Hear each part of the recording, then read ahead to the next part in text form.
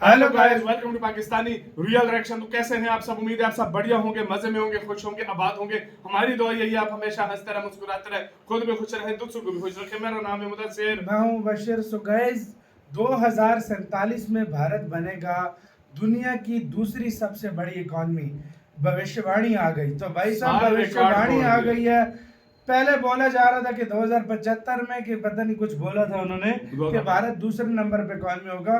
अभी भारत बन जाएगा 2047 में, और भारत का टारगेट भी है 2047 में, मतलब डेवलप्ड कंट्री। तो जल्दी से वीडियो देखते हैं, काउंट करते हैं, 3 2 1 एंड 2023 में मूडीज, जो कि दुनिया की सबसे बड़ी रेटिंग एजेंसी है, उसने भविष्यवाणी करी कि भारत 2075 तक यानी करीबन 55 सालों के बाद दुनिया की दूसरी सबसे बड़ी अर्थव्यवस्था बन जाएगा। और इसमें भारत 2075 के साल में अमेरिका को हरा देगा। अमेरिका नंबर 3 पर जाएगा, चीन नंबर 1 पर, और भारत दुनिया की दूसरी सबसे बड़ी अर्थव्यवस्था या दूसरी सुपर पावर बन जाएगा। लेकिन आज जो रिपोर्ट आई है उसने मूडीज की इस भविष्यवाणी पर पानी फेर दिया है, क्योंकि इस रिपोर्ट के अनुसार भारत को 2075 तक यानी कि करीबन 55 साल तक इंतजार नहीं करना पड़ेगा। भारत 30 साल पहले ही 2047 तक दुनिया की दूसरी सबसे बड़ी अर्थव्यवस्था बन जाएगा।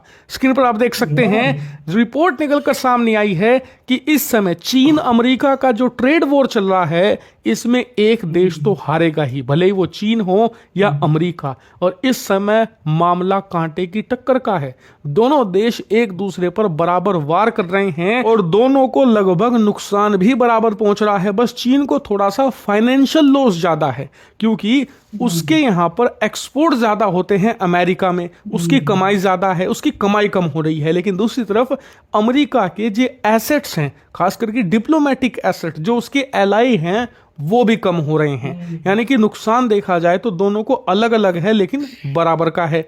इसीलिए कहा जा रहा है कि ये जो ट्रेड वॉर है लंबा खिंचेगा, और अमेरिका में 4 सालों के बाद भले ही दूसरा राष्ट्रपति आ जाए, लेकिन फिर भी अमेरिका का ये ट्रेड वॉर नहीं रुकने वाला और सालों तक चलेगा। और इसमें दोनों को सालों तक नुकसान झेलना पड़ेगा। और ये ट्रेड वॉर भले ही कोई भी जीते, लेकिन नुकसान दोनों का होना है। इसीलिए दोनों की अर्थव्यवस्थाएं और जीडीपी रफ्तार पर इसका असर पड़ेगा।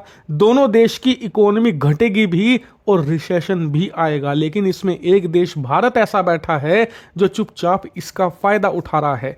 इसीलिए जो अर्थशास्त्री हैं उन्होंने अनुमान लगाया है कि भारत अपनी मॉनेटरी पॉलिसी को जारी रखता है। इकोनॉमिक रिफॉर्म जो भारत कर रहा है पिछले 8-9 सालों से, उन्हें ही करता रहता है और इकोनॉमिक रिफॉर्म लाता है। खास करके ईज ऑफ डूइंग बिजनेस अगर भारत सही कर लेता है ना, भारत 2047 तक ही दुनिया की दूसरी सबसे बड़ी अर्थव्यवस्था 100% बन जाएगा। क्योंकि चीन अमेरिका में से एक का हारना निश्चित है, जो हारेगा वो बर्बाद तेजी से होगा। इसीलिए भारत उसकी जगह लेगा। और फिलहाल दुनिया भर में चर्चा यह है कि भारत नंबर 2 का जो स्थान है वो किसका लेगा। क्या चीन नंबर 1 बन जाएगा और भारत नंबर 2 होगा, अमेरिका नंबर 3 पर खिसकेगा, या फिर अमेरिका नंबर 1 बना रहेगा, चीन नंबर 3 से नीचे चला जाएगा और भारत नंबर 2 बन जाएगा? ये तो आने वाले कुछ सालों में हमें पता लग जाएगा। लेकिन फिलहाल अर्थशास्त्रियों का कहना यह है कि भारत 20 सालों के अंदर ही सबसे बड़ा चमत्कार कर सकता है। लेकिन हमारी राह का सबसे बड़ा रोड़ा है ईज ऑफ डूइंग बिजनेस। यानी कि हमारे यहां पर अगर आपको नया व्यापार, नई दुकान शुरू करनी है तो बहुत मुश्किलें आती हैं। हाल ही में ट्विटर पर किसी ने शेयर किया कि मुझे एक दुकान खोलनी थी एक शहर में, 16 परमिट लगे दुकान खोलने के लिए। जी हाँ, 16 लाइसेंस लेने पड़े एक दुकान खोलने के। ये हाल है हमारे यहाँ पर ईज ऑफ डूइंग बिजनेस का। जबकि चीन, अमेरिका जैसे देशों में आप दुकान खोलने की शुरुआत कर लीजिए, कुछ ही घंटों में आपको लाइसेंस या तमाम जितने भी कागजी कार्रवाई है वो पूरी हो जाती है। और यही कारण है कि हमें इस मामले में रिफॉर्म करने की बहुत ज्यादा जरूरत है, वरना हम जो ये अनुमान लगाए जा रहे हैं ये सारे के सारे अनुमान धरे रह जाएंगे, सारे सपने टूट जाएंगे। और चीन अमेरिका की जो लड़ाई का हमें मौका मिल रहा है, जो ये गोल्डन चांस है जो कि कई सदियों में एक बार मिलता है, ये सारा का सारा व्यर्थ चला जाएगा। इसीलिए तुरंत ईज ऑफ डूइंग बिजनेस में मैसिव रिफॉर्म की जरूरत है और साथ ही मैसिव इन्वेस्टमेंट की भी। हालांकि इस पर आपका क्या मानना है कमेंट करके जरूर बताइएगा। मैं हूँ बशर।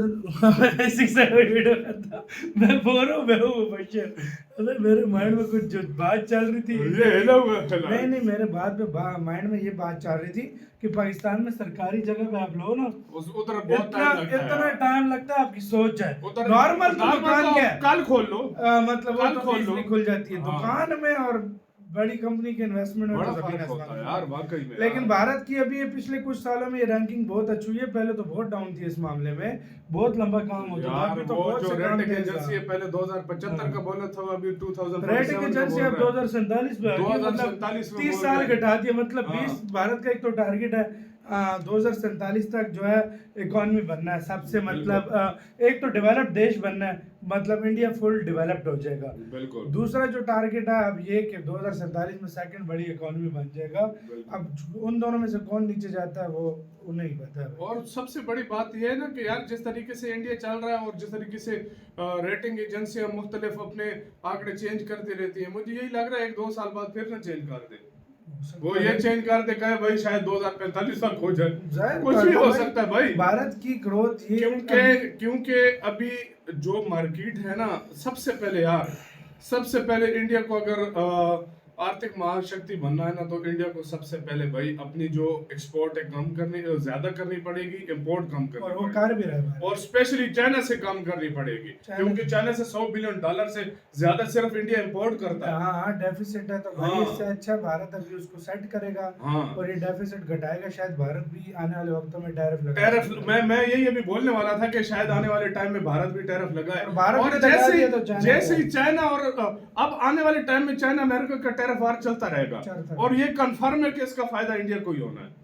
क्योंकि इंडिया दूसरा दुनिया में तीसरे नंबर पे ये जो मतलब सबसे ज्यादा बड़ी मार्केट भी है, इन्वेस्टमेंट भी अभी हो रही है, सारा कुछ। तो इस साल कहते हैं, इस साल के एंड तक के अगले साल का कह रहे हैं कि $100 बिलियन से ज्यादा तो इन्वेस्टमेंट हो जाएगी। वही तो भाई, फिर इस लिहाज से देखा जाए फिलहाल उनका बड़ा काड़ी एड़ी चोटी का मुकाबला उनका जा रहा है, दोनों का टैरिफ। बिल्कुल वाकई में। और इसका अब देखो जीत तक फायदा जो नुकसान उनका होगा वो भारत पूरा करेगा अपनी तरफ। लाजमी बात है यार, आखिर कंपनियां कब तक सहेंगी? वो कहेंगी हम कोई इंडिया जाएगी, कोई किसी और मुल्क, ज्यादा इंडिया आएंगे, क्योंकि एक गरीबी है, एक सस्ती, एक तो लेबर उनको इंडिया में मिलेगा, और भारत में वो अपॉर्चुनिटीज हैं जो कहीं भी आपने नहीं देखी। तो यार आपका इसके ऊपर गाइस क्या कहना है, अपनी राय बताना। और आपसे आज क्वेश्चन है कि इस टैरिफ वार में किसकी जीत होगी, चीन की या फिर अमेरिका की?